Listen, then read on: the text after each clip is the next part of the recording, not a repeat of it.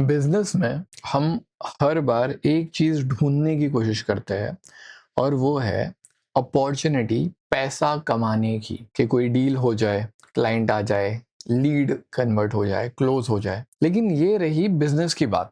Real जिंदगी में हमें किस चीज पे फोकस करना चाहिए?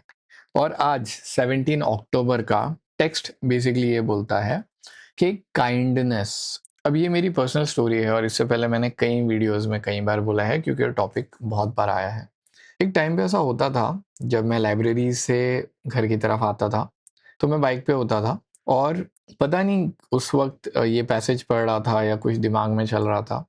तो मैं लोगों को देखते देखते आता था कि अगर किसी को लिफ्ट की ज़रूरत है तो मैं बैठा के छोड़ दूँ, और मैंने ज़्यादा लोगों को लिफ्ट दी नहीं है, तो ऐसा नहीं है कि बहुत बड़े काम कर लिए, क्योंकि उस रोड पे एक दो बार लोग मिले, ज़्यादा बार नहीं मिले। लेकिन जब मैं निकलता था और जब तक मैं घर पहुंचता था ना, मेरी पूरी थकान पूरे दिन की खत्म हो चुकी होती थी।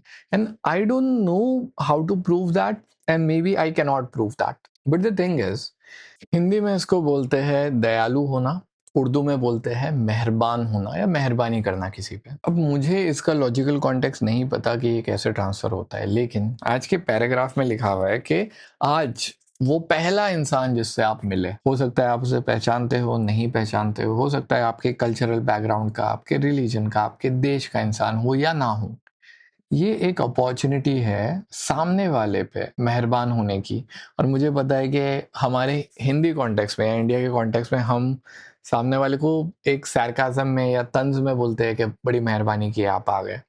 लेकिन ये वो रियल वाली मीनिंग है मेहरबानी की, कि अगर आप किसी के लिए कुछ कर पाए बिना किसी उम्मीद से, तो होगा क्या? होगा ये कि आप खुद को बेनिफिट करोगे। तो अगर आप किसी से मिले और आप सामने वाले को समझने की कोशिश करते हो, उसकी मदद करने की कोशिश करते हो, सामने वाले को क्या चाहिए, उन पे कौन से इम्पल्सेस एक्ट कर रहे होंगे, और आप उन्हें अच्छे से ट्रीट कर सकते हो और आगे बढ़ सकते हो। और ये सेम चीज है दूसरे इंसान के साथ, फिर तीसरे इंसान के साथ, फिर चौथे इंसान के साथ।